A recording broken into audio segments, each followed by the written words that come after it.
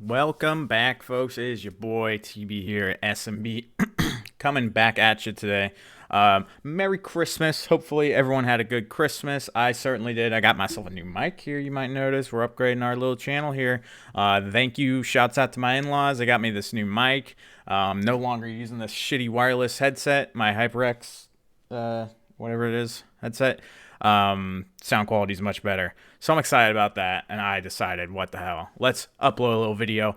I want to talk about what's going to go on this week in the stock market. And just jump into some charts, take a look at where we're at right now. So jumping into the Nasdaq, recently, we have been selling off pretty badly here on the Nasdaq. The Nasdaq now is leading the market to the downside heavily. I mean, we sold off heavily straight from 296 right straight down to 267. Just a massive dump in the Nasdaq. All around the market, everywhere you look, all the tech stocks are looking very bearish. But this week is interesting. Everyone's expecting that Santa rally. You usually get that last week of the year. You get a nice little rally.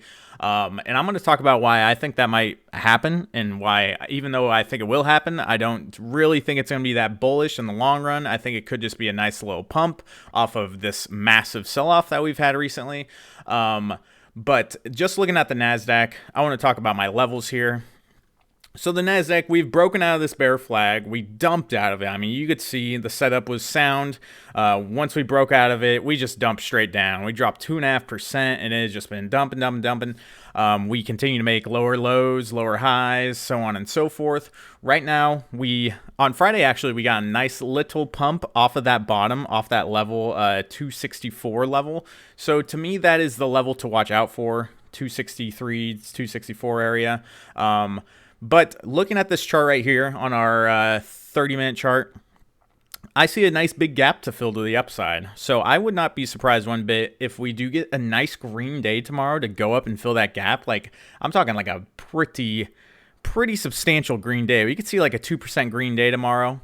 And then we will also break this downtrend, but I do not anticipate it holding up.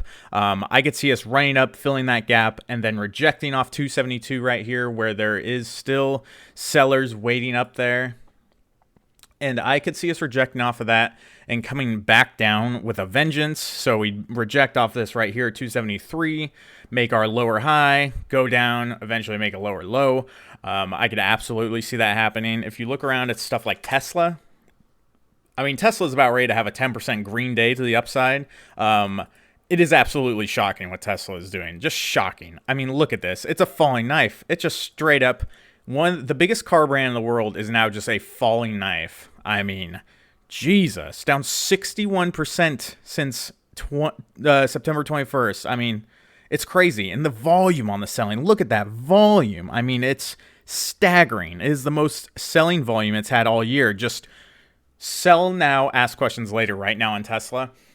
And you might be thinking it'd be crazy to even think about Tesla going to the upside, but that's the stock market, baby. When things get this oversold and it's such a rocket fuel pumped stock like Tesla, it can absolutely take off.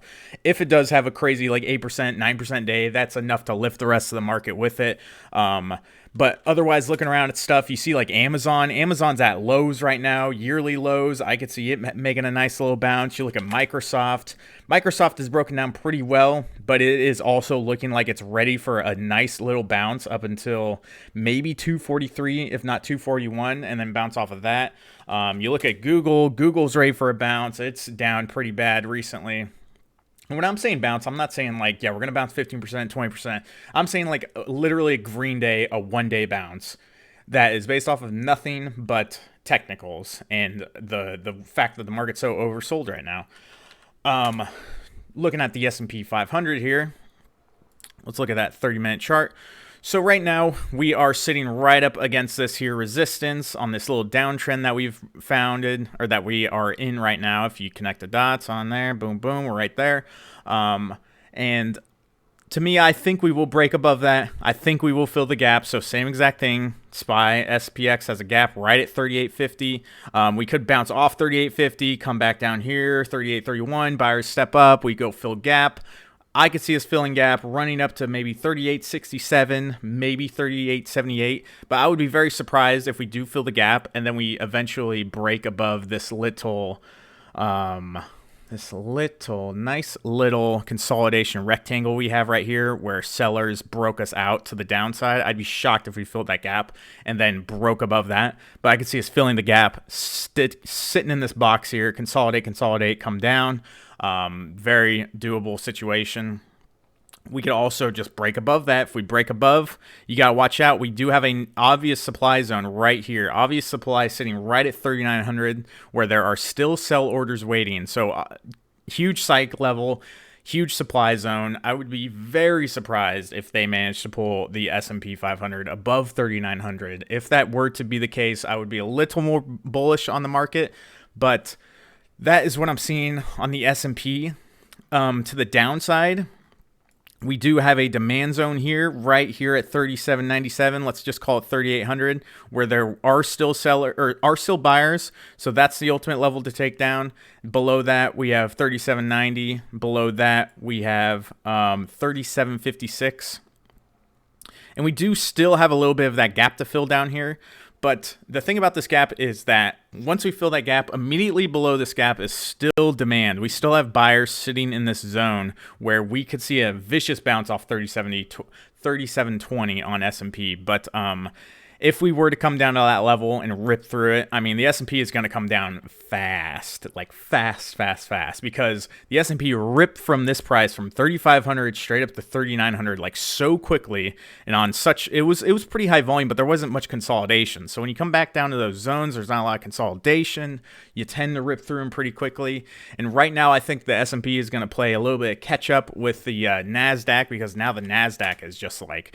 The Nasdaq is going for those lows already. I mean, it's almost already there. It is very, very close to its yearly lows. It's only about 4% off of those. So that is why I'm like a little confused why the S&P is still so far behind. But let's look at the big one, Apple. So Apple right now is also sitting, like I said about the other stocks, it's also sitting at its yearly low right now. And it basically is bounced off of that. It tested it. So we know on Apple, this is just so simple. We just know that there's still buy orders. There's still buy orders below 130 on Apple. But it has a super, I mean, like crazy bearish setup right now. Like Apple looks like, and I've said that before, I said, the market is not going to bottom until we see Apple give in, until sellers are finally stepping up for Apple, because Apple has been the tech safe haven. So we're not going to see that bottom in tech until we finally get Apple capitulation. And Apple, which has held up fantastically this entire year, it's only down about 30% year over year. It is just holding on by a thread. And I think if it does see a nice solid day of red and we close below that 130 level and we take out that demand zone, I think Apple can just start really taking a tumble. I mean, it could go down fast, and that obviously if that happens, then the market is just it's gonna be blood. It's gonna be big blood. I don't know if that's gonna happen this week. I know next week we do get some unemployment news, so that could potentially help. But we don't really get, I don't think there's any earnings coming up. I mean, Apple has earnings the end of January, I believe. So there's just not a lot of news going into these next few weeks. And I think the market just, I mean, it knows earnings is going to be bad. If you just look at the past earnings, they've just all been getting worse. As rates go up, earnings go down. We know the delayed reaction it takes for rates to affect earnings, and the market knows that. So that is exactly why we're selling off right now. The market is pricing in that earnings are going to be bad. And I really think that just means that there's really nothing that can stop this bearish momentum until we do get to earnings, and then we finally get that bad news. Usually the market bottoms well before earnings bottom, but the market just knows that we're not going to see that for a while. It's just not going to be, it's going to be a long time until the Fed lets up on rates, essentially. So Apple, let's look below 130 on Apple. So Apple, we can see clear levels here on Apple. Clear level there at 123. Clear level here down at 118. I mean, you're really just going down the line and seeing every time that we get a pullback and then we get a bounce, 113, get a bounce off that, 107, get a bounce off this, and then Apple. Now this is where I think Apple bottoms. So you can just see plain as day the volume gap here on Apple, right over here from about 96 basically straight up to like 110. There was very little consolidation in this range. Super small amounts. I mean, this was just the pure euphoria of the 2022 rally. Like Apple went up 10%, 2.5%, 0.5%, 3.5%.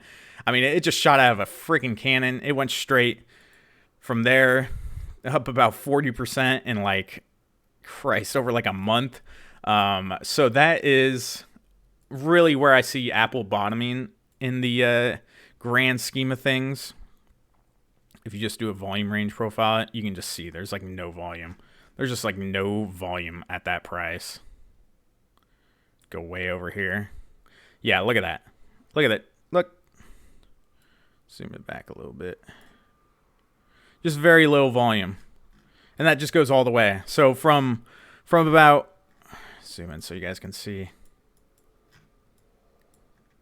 So from about, I mean, like $96 up to like 108, there's just no volume. There was no fighting in that range between the bears and the bulls. It was just bulls. Bulls they just won. And the bears try to take it back down below 104, and the bulls are just like, nope. They held it up. And that is really concerning because when there's so little volume in that price range, it's so easy to yank it below that. So that's really where I see Apple bottoming in the end of this, is about the $90 range. Because then you see the strong support below that. You got a strong support at 88.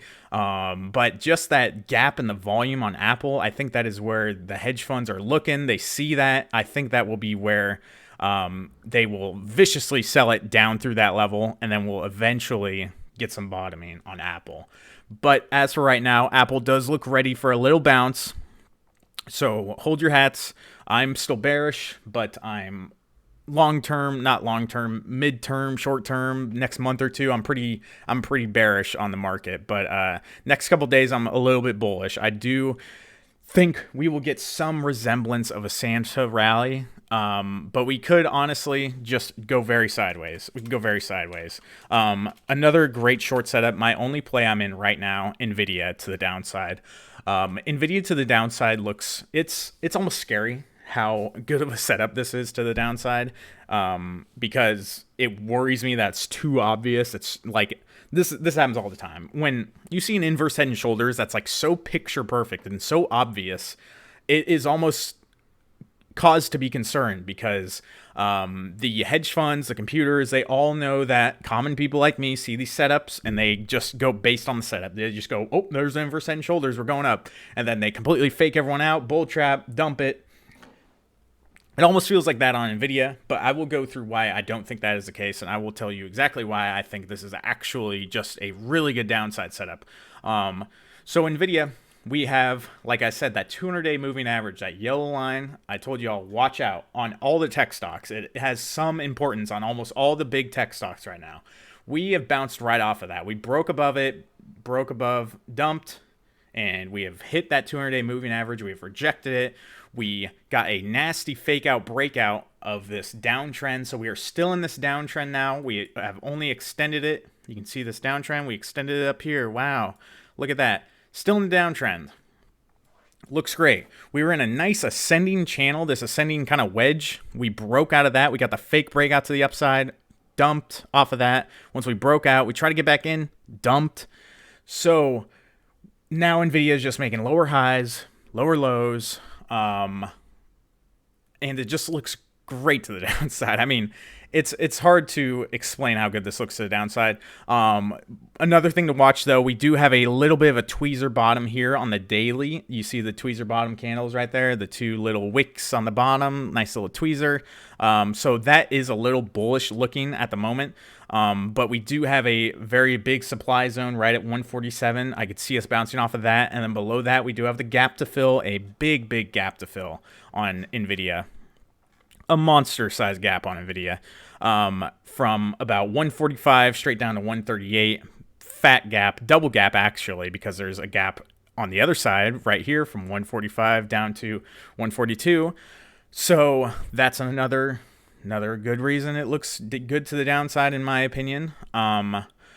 If we look at the 4-hour chart, we are right on that 4-hour 200 moving average, which you can see we have rejected off of that before. We have broken below that. It's technically, I mean, it's been a good sign of where it's going to head. You can see where we bounced off of it back here. We ripped through, you short off that break, retest, you can short, retest, short.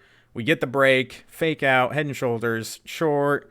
Come up here, we tap it, tap it, tap it, short, short, short. And finally, we did break it over here. We came back, retested it, bounced, and now I'm watching out for that and that 50-day moving average. You can see the importance of the 50-day moving average. Same kind of thing, same kind of thing. It broke. Look at that. Look at that. Broke, retest, broke, retest, stay in, retest, break, and we dump.